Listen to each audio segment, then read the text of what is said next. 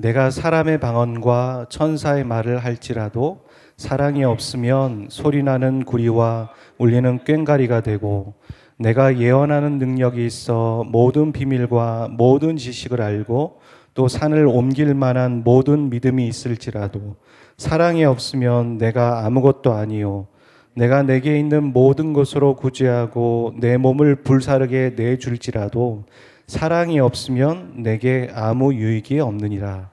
사랑은 오래 참고 사랑은 온유하며 시기하지 아니하며 사랑은 자랑하지 아니하며 교만하지 아니하며 무례히 행하지 아니하며 자기의 유익을 구하지 아니하며 성내지 아니하며 악한 것을 생각하지 아니하며 불의를 기뻐하지 아니하며 진리와 함께 기뻐하고 모든 것을 참으며 모든 것을 믿으며 모든 것을 바라며 모든 것을 견디느니라. 아멘. 그리스도인들에게 많이 사랑받는 말씀이 있다고 저는 생각합니다. 그 중에 가장 안 믿는 사람들도 가장 좋아하고 믿는 사람들도 가장 좋아하는 말씀 중에 하나는 아마 고린도전서 13장의 말씀이 아닐까 생각합니다. 이렇게 사랑받는 말씀이지만 이 말씀에 대한 오해도 좀 있는 것 같습니다. 우리가 이 13장 말씀 말고 12장 31절, 그러니까 13장 말씀 바로 전에 어떻게 마치냐면 이렇게 말합니다. 더욱 큰 은사를 사모하라, 이렇게 마치는 거죠.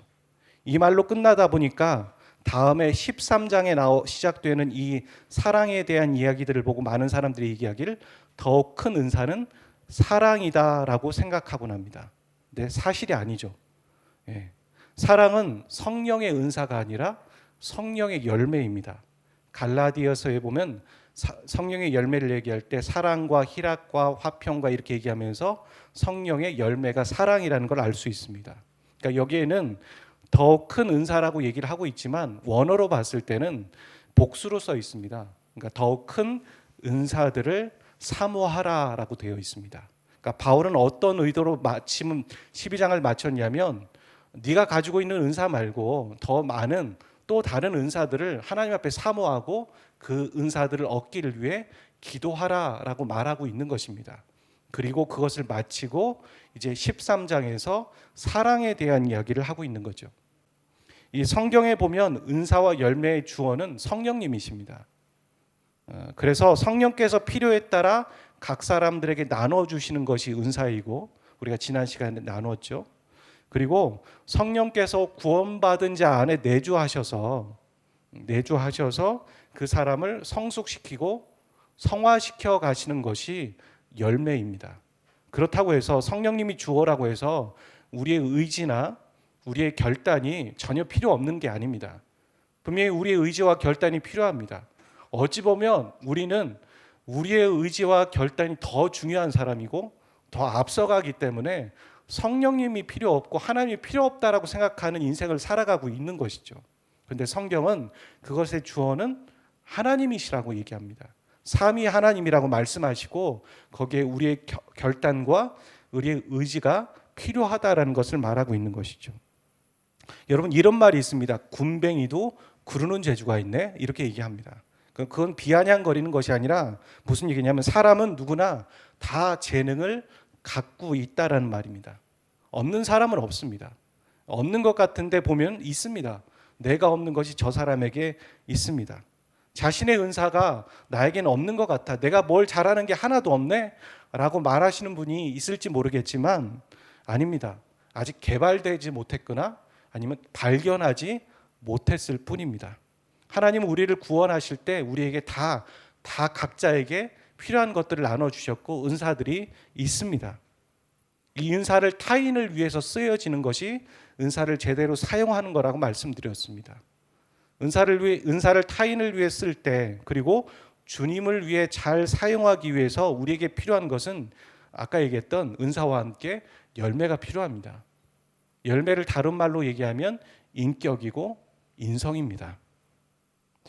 은사가 있는데 재능이 참 많은 사람인데 막상 그 재능을 잘 발휘할 수 있는 인격이 받쳐주지 않아서, 인성이 부족하여서 어려운 문제가 생기는 것들을 보곤 합니다.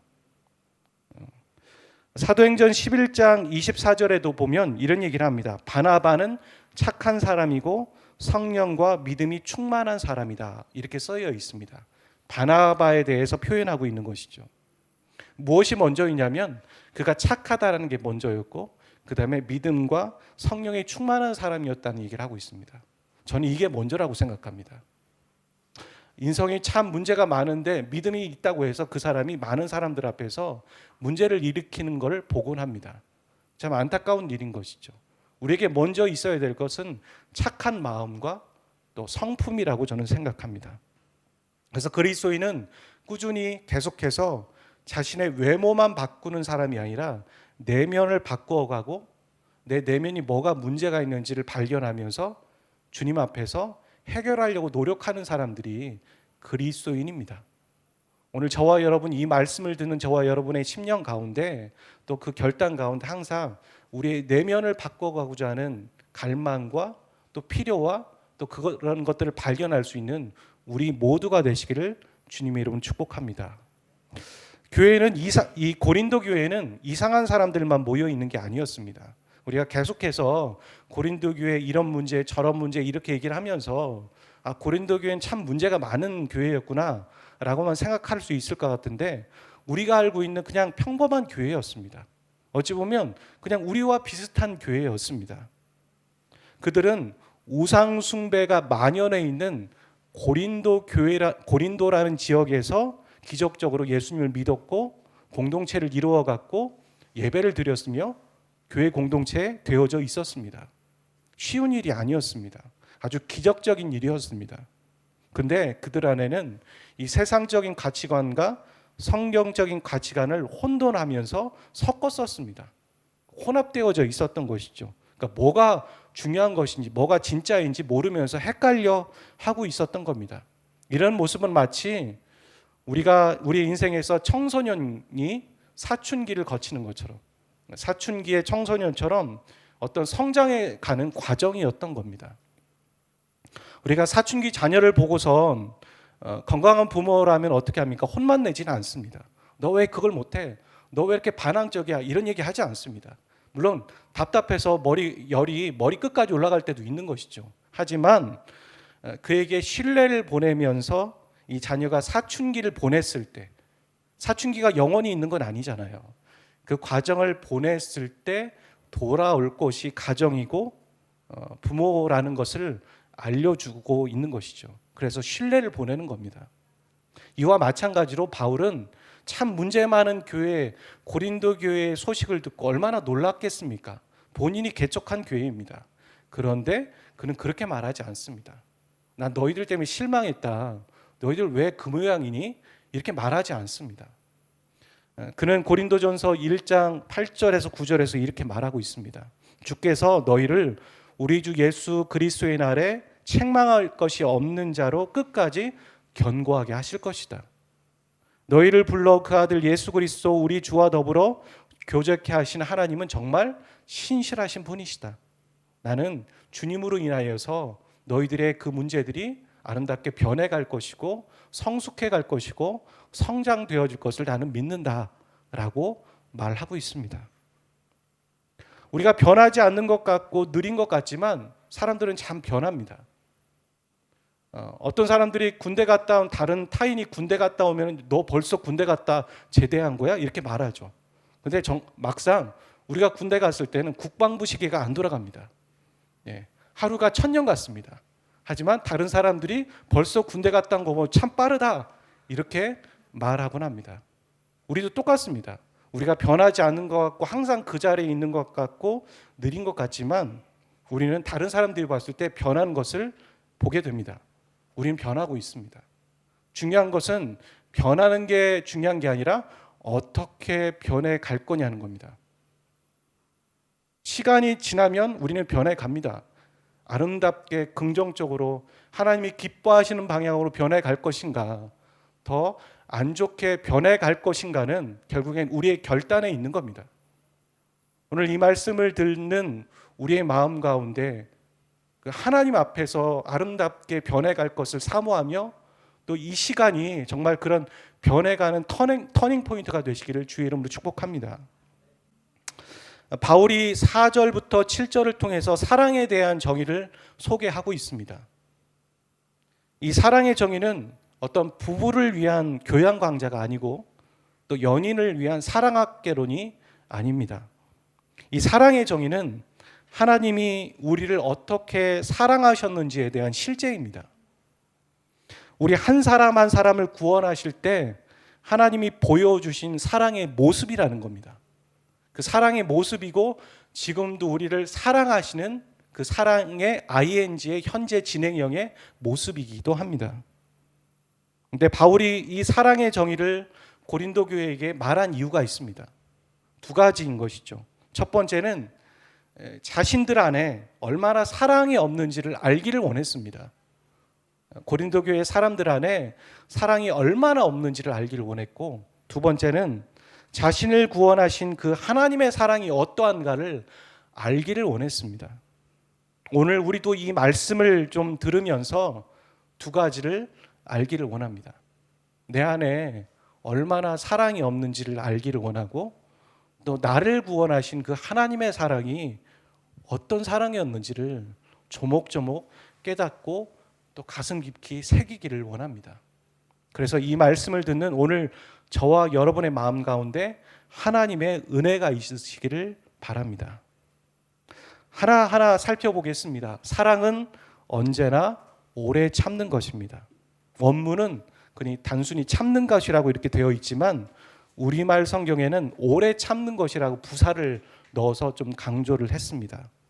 용례는 이런 게 있겠죠. 뭐 돈을 갚을 때까지 참는 거, 혹은 뭐 농부가 씨를 뿌리고선 그것이 씨가 자라기를 기다리는 것, 또 하나님은 회개를 기다리시는 것, 이런 것들이 참는 것이죠.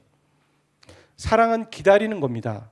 사랑은 기다리는 거지 조급하게 막 끝장내고 관계를 끊어버리는 것이 사랑은 아닙니다. 성경에 보면 하나님은 참으시고 오래 참으신다, 기다리신다라는 얘기를 합니다. 누가복음 15장에도 그런 얘기를 하죠. 탕자를 기다리시는 아버지 하나님, 그 모습을 보게 됩니다. 죄인된 나를 한번 생각해 보십시오. 죄인된 나를 생각해 보면 하나님이 당장 나를 심판하신다고 해도 할 말이 없죠. 하지만 하나님은 그러지 않으십니다. 기다리시고 기다리십니다. 사람들은 그런 얘기를 합니다. 왜 악인이 저렇게 잘 되는데 그냥 놔두실까? 우리도 배 아플 때가 있습니다. 한두 번이 아닙니다. 근데 좀 생각해 보면 하나님이 기다리시는 겁니다. 그가 돌아올 때까지 기다리시는 겁니다. 심판하면 끝나는 거죠. 우리가 심판하기를 바랄 수 있겠지만 우리의 그 악한 마음 가운데는, 하지만 하나님은 지금도 기다리시고, 하나님의 재림이 늦어지는 이유는 한 번 더 주님께 돌아올 영혼들을 기다리고 계신 겁니다. 하나님이 기다리실 때 우리가 해야 될 일은 무엇입니까? 같이 기다리는 것이 아니라 그 영혼들에게 주님의 사랑을 전하는 것입니다. 두 번째, 사랑은 친절을 베푸는 것입니다. 개역개정은 사랑은 온유하며라고 적혀 있습니다. 근데 원문은 친절을 베푸는 것이다라고 얘기하는 게 더 가깝습니다. 사랑은 단순히 마음속의 감정을 가지고만 있는 것이 아닙니다. 어떻게 하는 거겠습니까? 다른 사람을 향해 적극적으로 친절과 호의를, 거기 밑줄 친 거에 뭐라고 써야 될까요? 행동입니다. 친절과 호의를 베푸는 행동입니다. 사랑은 감정만 갖고 있는 것이 아니라 행동까지 옮겨지는 겁니다. 요한 1서 3장 18절에 보면 이렇게 말하고 있죠. 말과 혀로만 하지 말고 행함과 진실함으로 사랑하자, 그렇게 말합니다. C.S. 루이스가 지은 책 중에 스크루테이프의 편지라는 책이 있습니다. 유명한 책인데요. 여기에 보면 스크루테이프라는 악마가, 또 위에 있는 각하 악마죠, 보스 악마가 웜우드라는 신참 악마에게 뭔가를 가르쳐 주는 겁니다. 어떤 그 영업 비밀을 가르쳐 주는 거죠. 이렇게 쭉 얘기를 하면서 얘기하는데, 그 13번째 편지에 이렇게 써 있습니다. 사단의 전략이란 어떤 것도 행동으로 옮기지 못하고 관념적으로만 만드는 것이다. 맞는 것 같습니다. 우리는 사랑한다 혹은 예수님을 믿는다, 신앙생활 한다는 걸 머리로 생각합니다. 다 관념적으로 생각합니다. 마치 헬레니즘의 문화, 헬레니즘의 가치관 안에 갇혀서 우리는 믿는다라는 것을 생각하고 아는 것이라고만 생각합니다. 근데 그렇지 않죠. 믿는다라는 것은 알고 행하는 겁니다. 체험하고 경험하는 것입니다. 여러분, 느끼기만 하고 행동하지 않을 경우가 많은데, 그렇게 되면 점점 행동만 할 수 없는 게 아니라 결국 느끼지도 못하게 되는 겁니다.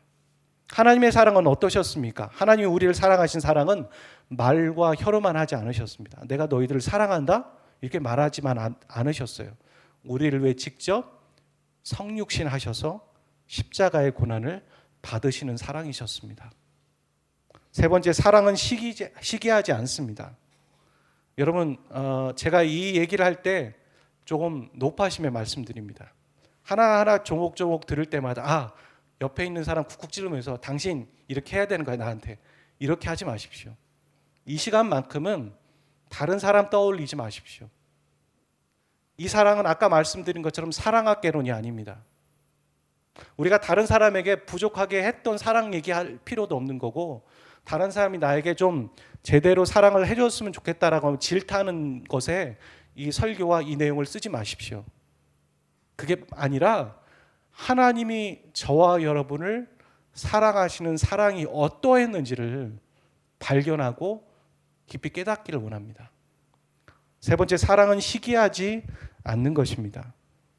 다른 사람이 잘 되는 모습을 보면 우리는 대부분 시기도 하고 질투도 할 때가 있습니다. 죄성을 가진 인간의 본성이죠. 그런데 이런 감정이 거기서만 머무는 게 아닙니다. 그것이 자라고 자라면 어떡합니까? 미워지고 발전해서 행동으로 옮겨져서 죄가 되는 겁니다. 결국엔 큰 죄가 되는 것이죠. 우리가 왜 스케이트 선수들도 역사적으로 봤을 때 어떤 사람이 잘 되는 걸 보고 일부러 스케이트 선수의 신발 안에 못을 집어넣어서 그 사람의 선수 생명을 앗아간 그런 사건들이 외국에 있곤 했었습니다. 그런 것처럼 미움이라는 것은, 시기하는 것은 되게 큰 죄가 되곤 합니다. 성경에도 보면 그런 얘기를 하죠. 요셉의 배다른 형제들이 이렇게 요셉을 시기하지 않습니까? 아버지의 사랑을 독차지하는 모습을 보면서 요셉을 시기하고 그를 구덩이에 묻고 죽이려고 했었던 경우가 있었습니다. 세상에 보면 인간의 사랑 중에 그런데 시기하지 않는 사랑이 있습니다. 그게 뭘까요? 부모의 사랑입니다. 자녀를 사랑하는 부모의 사랑이 그렇습니다. 하나님은 우리의 영혼이 범사에 잘 되기를 진심으로 바라고 기뻐하고 계십니다. 요한 3서 1장 2절 말씀입니다. 같이 한번 읽어보도록 하겠습니다. 시작. 사랑하는 자여, 내 영혼이 잘됨 같이 내가 범사에 잘되고 강건하기를 내가 간구하노라. 그리스도인들 중에 오해하는 게 있습니다. 내가 하나님 앞에 이렇게 기도하고 이렇게 내 삶의 어떤 부분을 내어드리면 하나님은 내 걸 앗아가실 거야. 내가 잘 되는 꼴을 잘 원하지 않으셔. 이렇게 오해하곤 하는 분들이 계십니다. 그렇지 않습니다. 하나님 우리가 잘 되기를 원하십니다. 우리가 정말 계획하고 꿈꾸는 것들이 더 잘 되기를 원하시고 복 받기를 하나님은 원하고 계십니다. 그걸 믿으시기를 바랍니다. 네 번째, 사랑은 자랑하지 않는 것입니다. 대상을 자랑하는 것은 자연스러운 부분이겠죠. 그런데 여기서 말하는 건 뭔가 떠벌리면서 자랑하는 걸 말합니다. 바리새인들이 그랬습니다. 나는 금식합니다. 난 11조를 냅니다. 이렇게 떠벌리면서 자랑했죠. 그런데 예수님은 성경에서 이렇게 얘기합니다. 왼손이 하는 일을 오른손이 모르게 해라. 그렇게 말합니다. 여러분, 우리가 어떤 사람이 우리에게 사랑을 베푸는데 칭찬받고 박수 쳐주는 걸 기대하기 때문에 사랑하는 것이라면 어떨까요? 우리는 좀 불편할 겁니다. 그런 게 없더라도 사랑해 주는 게 진심이라는 걸 우리는 깨닫게 되는 것이죠. 하나님이 우리를 사랑하시는 사랑은 어떤 사랑이었습니까? 사람들이 인정해주고 박수를 쳐주었기 때문에 십자가를 지신 게 아닙니다. 아무도 십자가 지라고 한 적도 없습니다. 그걸 요구하거나 그걸 필요로 하는 인간이 없었습니다. 그런데 하나님은 지셨습니다. 심지어 십자가를 지실 때 사람들은 침을 뱉었고 욕을 했고 조롱했습니다. 네가 하나님의 아들이거든 십자가에 내려와 봐. 이렇게 조롱했는데도 주님은 묵묵히 십자가의 길을 지셨습니다. 하나님의 사랑은 자랑하지 않는 사랑이셨습니다. 네 번째, 사랑은 교만하지 않는 것입니다. 자랑이 자신의 행동을 나타내는 것이라면 교만은 마음의 태도를 말합니다. 하나님은 교만한 자를 대적하시고 겸손한 자에게 은혜를 주신다 말합니다. 베드로전서 5장 5절 말씀에 나와 있죠. 하나님의 사랑은 빌립보서 2장 6절과 8절에 그렇게 되어 있습니다. 그분이 하나님의 본체시지만 동등됨을 취하지 아니하시고 종의 형체를 가지시고 자기를 낮추셔서 사랑하셨다. 주님의 사랑은 겸손의 사랑이셨습니다. 여섯 번째, 사랑은 무례히 행치 않는 것입니다. 상대방이 싫어하는데 사랑을 표현하면 어떻게 되겠습니까? 그걸 스토커라고 말합니다. 아무리 좋은 것이라 할지라도 무례하게 전달한다면 옳지 않겠죠. 이런 예들을 우리는 어디에서 좀 생각해 봐야 되냐면 선교지에서 사역할 때입니다. 선교지에 가서 막 좋은 거, 뭐 비싼 거, 아니면 뭐 우리가 필요로 하는 거 막 사람들에게 뿌리잖아요. 근데 그 사람들에겐 그게 독이 될 수도 있어요. 그렇죠? 그래서 생각해 봐야 됩니다. 그들에게 필요한 것이 무엇일까? 그래서 선교사님과 상의해 봐야 되고 신중하게 고민해 봐야 되죠. 또 하나는 남을 구제할 때도 그렇습니다. 나는 돈이 있으니까 이거 주는 거잖아요. 그게 아니라 이것을 그 사람의 필요에 맞게, 그 사람의 상황에 맞게 어떻게 줘야 될 것인가 고민해야 합니다. 안 그러면 그 사람이 무례하다고 생각하고 불쾌해 할 수 있습니다. 하나님의 우리를 향한 사랑은 어떤 사랑이셨습니까? 우리는 필요 없다고 얘기하지만 우리 인간에게 가장 필요한 것이 무엇인지 하나님은 알고 계셨습니다. 그게 뭐냐면 죄의 문제입니다. 그렇게 말하시는 분이 있겠죠. 목사님, 저 죄에 대한 문제 별로 필요 없어요. 살아있을 때 그렇습니다. 근데 우리가 죽음 앞에 누워 있을 때 다들 걱정하는 게 있습니다. 내가 죽어서 어디 갈까? 또 하나, 자기 인생에 잘못했던 게 다 떠올라요. 그 죄의 무게 때문에 두려워서 공포감 가운데 돌아가시는 분들이 계십니다. 인간에게 가장 큰 문제는 무엇이냐면 먹고 사는 문제가 아니라 가장 본질적인 건 죽음의 문제이고 죄의 문제예요. 하나님은 그걸 알고 계셨습니다. 우리의 눈높이, 우리의 필요를 알고 계셨다는 것이죠. 그래서 친히 십자가를 지신 겁니다. 일곱 번째, 사랑은 자기의 유익을 굳지 않는 겁니다. 원문은 이렇게 말합니다. 자기의 것으로만 되어 있고요. 다른 말로는 자기의 방식으로라는 말입니다. 사랑은 자기 방식으로 하지 않는 겁니다. 아까 6번의 얘기와 좀 비슷한 얘기가 있죠. 우리가 고린도전서를 묵상하고 말씀을 들으면서 여러 번 이미 살펴봤습니다. 바울도 그렇게 말합니다. 8장에서 내가 헬라인을 위해서 낮아지기도 하고 또 유대인을 위해서 할례를 받기도 하고 그들의 눈높이에 맞춰서 그들을 위해서 내 자유를 사용하겠다라고 말하는 거랑 비슷한 겁니다. 하나님의 사랑은 자기 만족 때문에 우리를 구원하신 게 아니에요. 여러분, 우리가 예배 드릴 때 우리가 왜 예배를 드립니까? 하나님을 위해서입니까?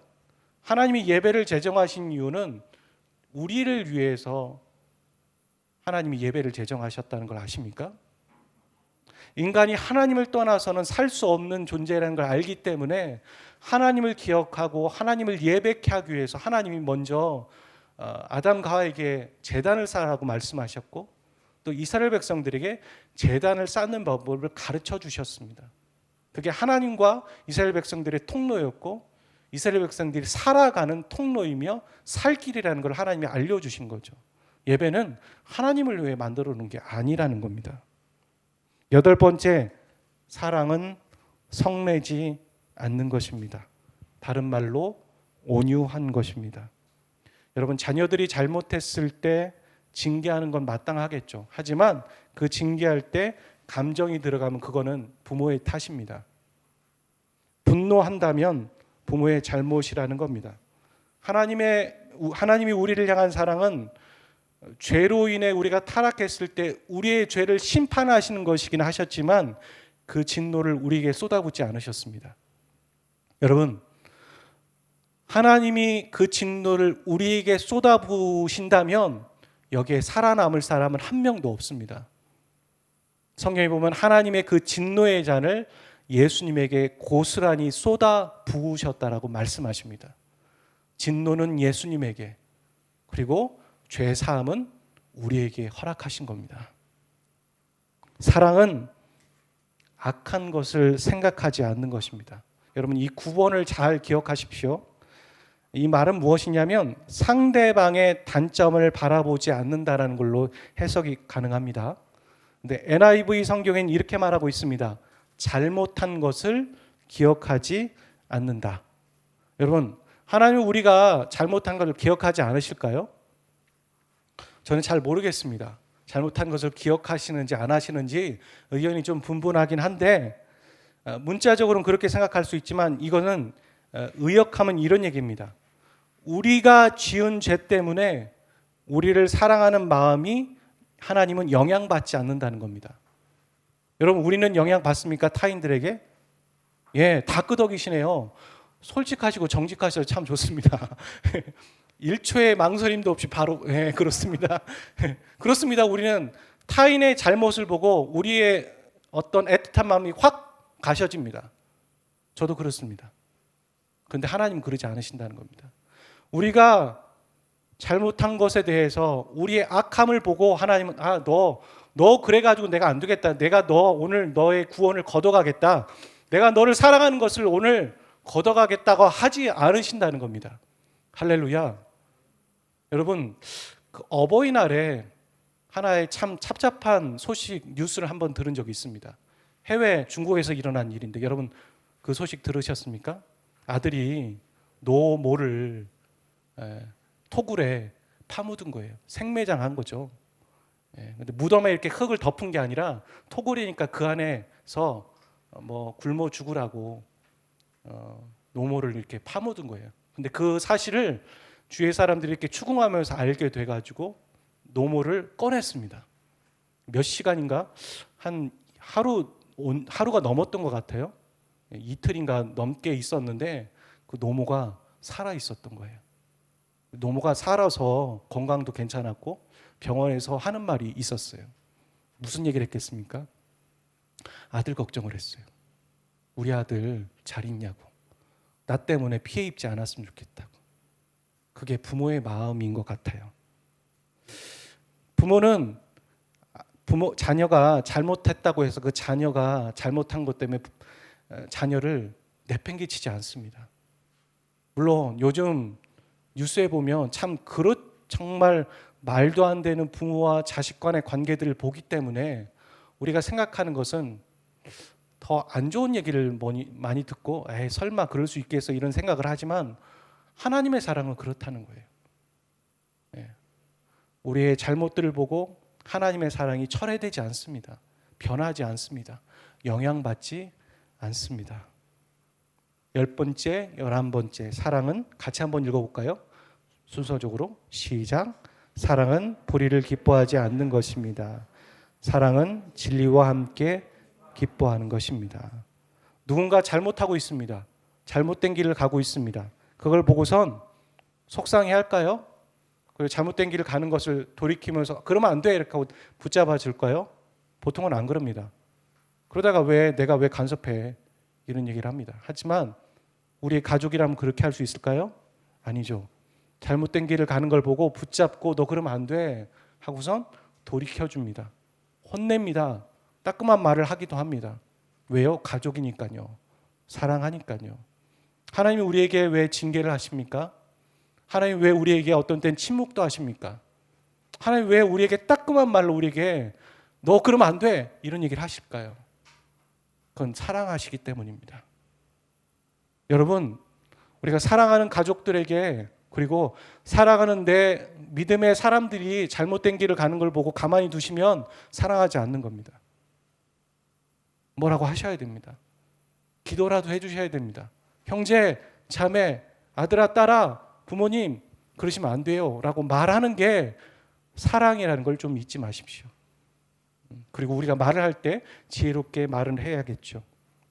12번째, 사랑은 모든 것을 참는 것입니다. 우리가 첫 번째에서 사랑은 오래 참는다는 얘기랑 좀 다른 얘기입니다. 첫 번째 오래 참는 건 인내와 관련된 거죠. 근데 여기에 나오는 사랑을 모든 참는다는 건 절제와 관련된 겁니다. 절제는 무엇이냐면 여기서 말하는 건 하나님이 가지고 있는 권한을 다 쓰지 않으셨다는 겁니다. 그 얘기가 마태복음 26장에 나오죠. 예수님이 그런 얘기를 하셨어요. 내가 지금 예수님이 잡히시던 날 밤에 그런 얘기를 하신 거예요. 내가 지금 12영이나 더 되는, 지금 여기에서는 이제 번역이 돼서 12군단이라고 얘기했는데 군단이면 어마어마하잖아요. 12영이나 더 되는 천사를 보내서 내가 여기를 정리할 수 없을 것 같니? 내가 힘이 없어서 지금 무능해서 지금 잡혀가는 것 같아? 내가 무능해서 십자가 지는 것 같아? 아니야. 내가 다 할 수 있지만 그거 하지 않는 거야. 왜냐하면 하나님이 이미 성경에 예언된 대로 이렇게 되리라는 그 예언을 내가 이루기 원해서야. 하나님은 말씀하시고 예수님 그 말씀을 이루어 가시죠. 하나님은 권한을 다 사용하지 않으셨어요. 예수님 그 권한을 다 사용하셨다면 아까 말씀드린 건 우리 살아남는 사람 한 명도 없어요.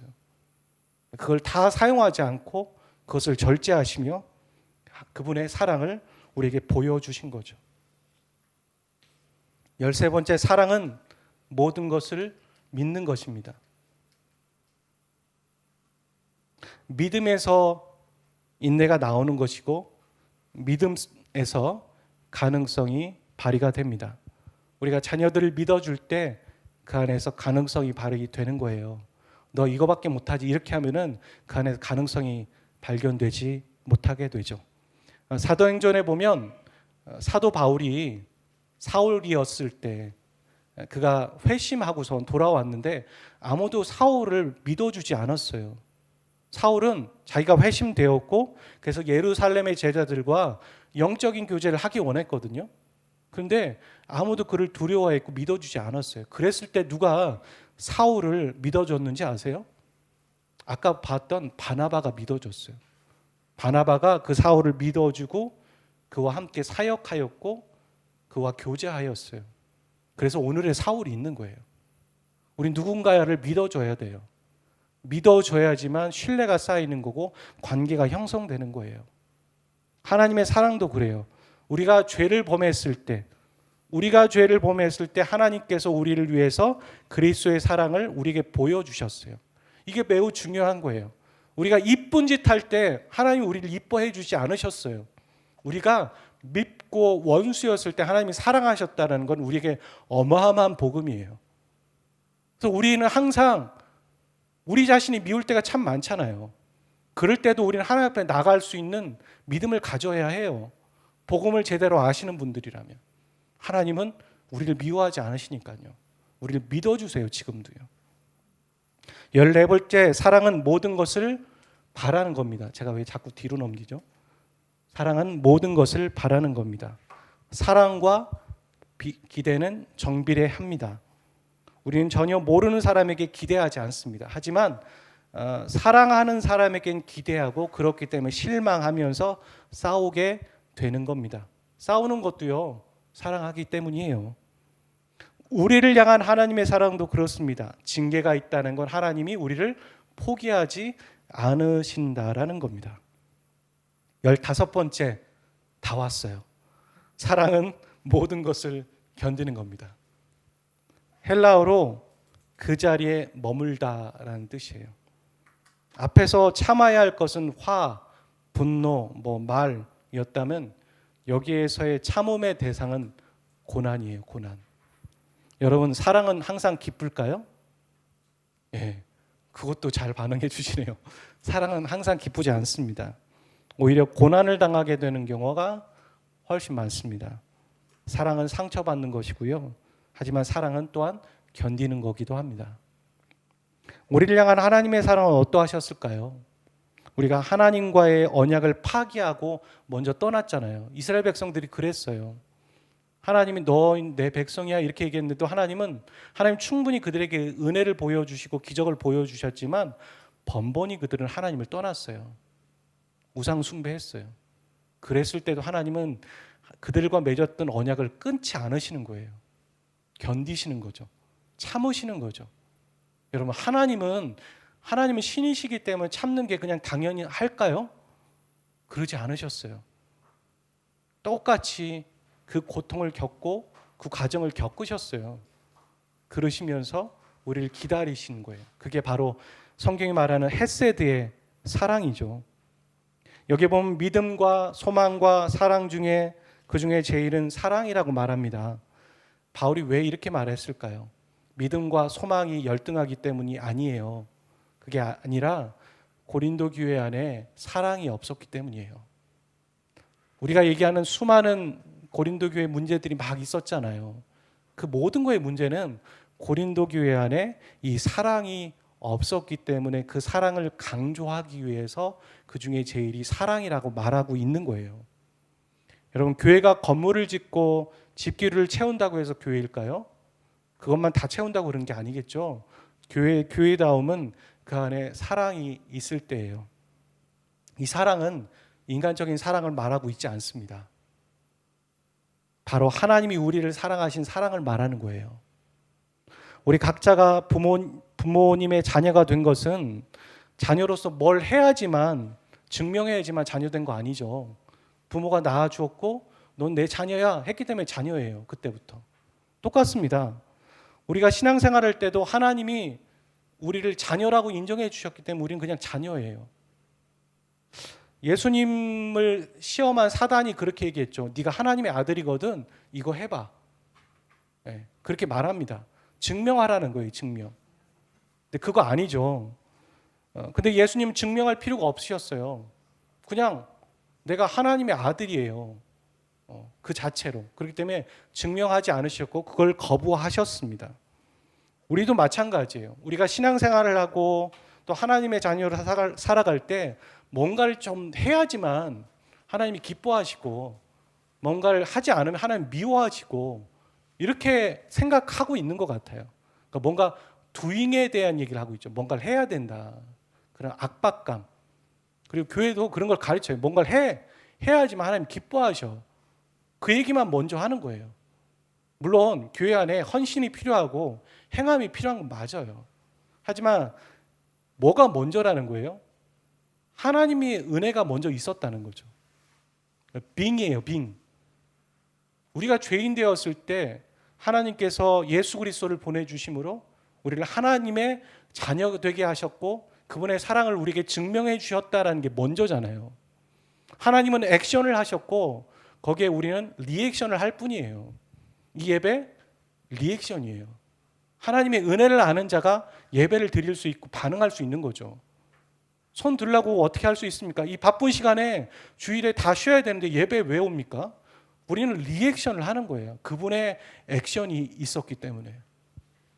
오늘 우리에게 필요한 것은 누구에게부터 배웠던 사랑이 아니라 그 하나님의 사랑이 필요한 거예요. 가장 먼저는 옆구리를 찌르면서 당신 이렇게 사랑 좀 해 라고 하는 게 먼저가 아니라 바로 내가 먼저 그 하나님의 사랑이 없는 것과 그 사랑을 모르는 것과 그리고 그 사랑이 무엇인지의 그 어마무시한 그 깊이와 넓이를 배우고 알아가야 된다는 거예요.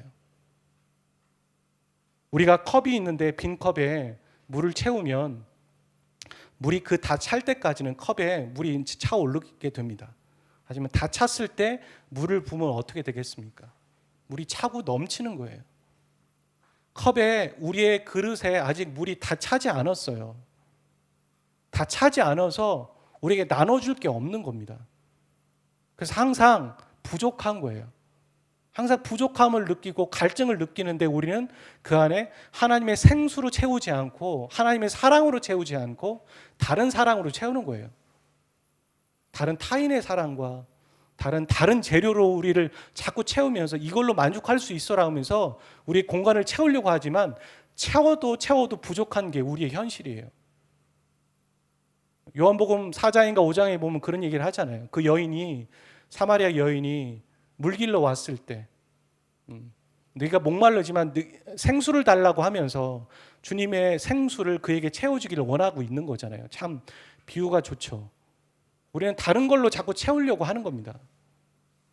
사랑하는 저와 여러분, 우리가 하나님의 사랑이 무엇인지를 이 빠른 시간 내에 제가 끊고 싶지 않았어요. 뭐 일곱 개는 오늘 하고 다음 주에 7개 하면 끊어지잖아요. 그래서 빠른 시간 내에 제가 좀 나열을 해봤는데요. 구구절절합니다. 묵상을 하다 보면 하나님의 사랑이 이런 거였구나. 그 깊이와 그 무게가 너무 큽니다. 우리가 다 헤아릴 수 없어요. 하나씩 생각해 보다 보면 이런 사랑이었구나. 그 사랑을 내가 받았구나. 그러면 다른 것에 만족하지 않게 돼요. 우리가 부족하고 만족하다고 생각할 때 여러분 다른 걸 찾지 마시길 바랍니다. 일주일 동안 한번 그렇게 결단해 보기를 원해요. 우리가 사랑이 없다는 건 뭐 특별하게 얘기하지 않아도 다 알잖아요. 하지만 그 하나님의 사랑으로 채울 수 있기를 원해요. 묵상해 보세요. 하나님의 사랑이 어떠한가? 그 체험으로 나가기를 원합니다. 여러분 오늘 우리가 여기에 있잖아요. 이 자리에서 신앙생활을 하지 않습니까? 우리가 어떻게 하나님을 알 수 있었을까요? 여기 고린도전서 13장에 있는 그 사랑에 대한 사랑학개론 같은 이 내용을 어디서 신학서적을 배워가지고 갑자기 회심했어요? 아니죠. 이 지식은요, 책을 찾아보면 다 나와요. 지식이 우리를 변화시키지 않았습니다. 누군가는요, 그 하나님의 사랑을 체험하고 받은 자가 빚진 심정으로 우리에게 그 사랑을 전했을 거예요. 그러지 않으세요? 저도 그랬어요.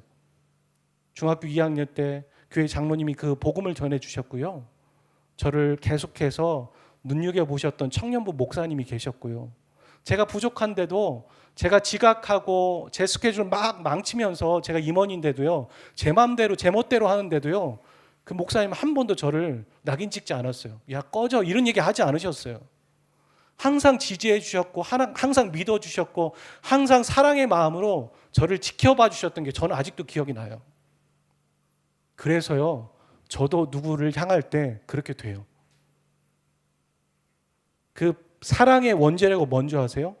하나님의 사랑이에요. 인간의 사랑으로는 뛰어넘을 수 없는 일이에요. 근데 누군가는 그 하나님의 사랑을 받은 자가 빚진 심정으로 나를 사랑해 줬다니까요. 그래서 오늘 내가 있는 거예요. 우리가 누구에게 나눠줄 여력이 없다면요. 괜찮아요. 나눠주기 전에 우리가 먼저 받아야 돼요.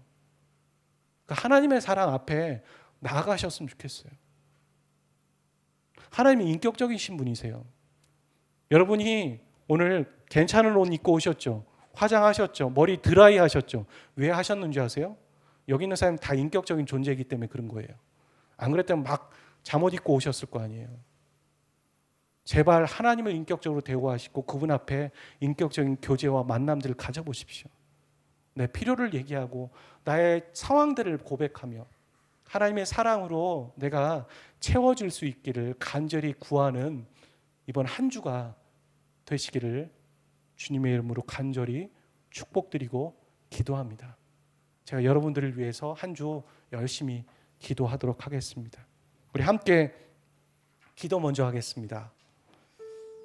내가 사랑 없음과 또 이 하나님의 이 큰 사랑으로 내가 사랑받고 회복되어 구원받았음에 감사했으면 좋겠고요. 또 이 한 주 내가 그 하나님의 사랑으로 더 내 빈 공간이 채워지고 또 그 사랑을 알기를 원한다라고 고백하며 결단하기를 소원합니다. 같이 기도하도록 하겠습니다.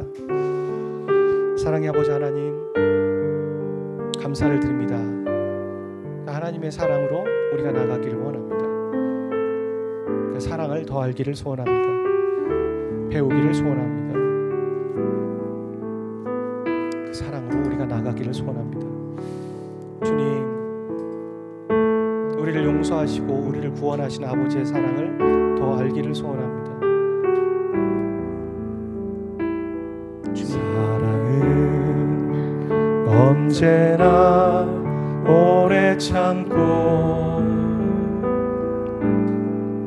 사랑은 언제나 윤유하며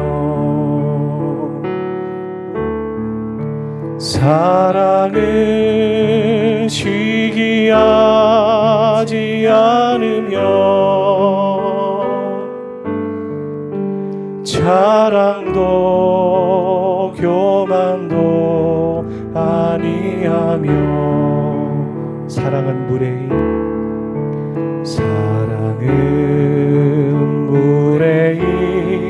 행치 않고 자기의 유익을 붙지 않고 사랑은 성내지 아니하며 진리와 함께 기뻐하네. 사랑은 모든 것 감싸주고 바라고 믿고 참아내며 사랑은 영원토록 변함없네.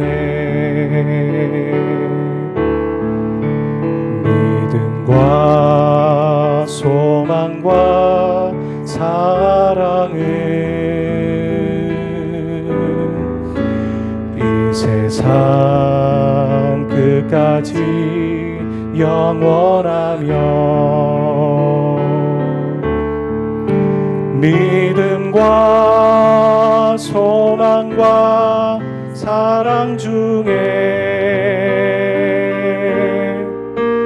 그 중에 제일은 사랑이라. 믿음과 소망과 사랑 중에 믿음과 소망과 사랑 중에